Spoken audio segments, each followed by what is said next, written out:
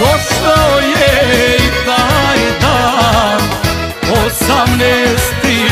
rođendan.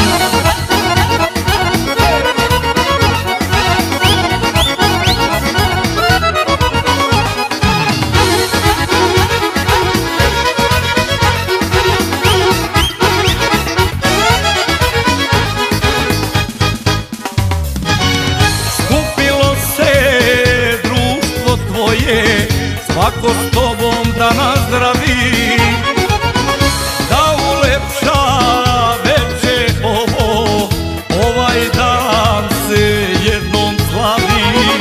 Da ulepša veče ovo, ovaj dan se jednom slavi.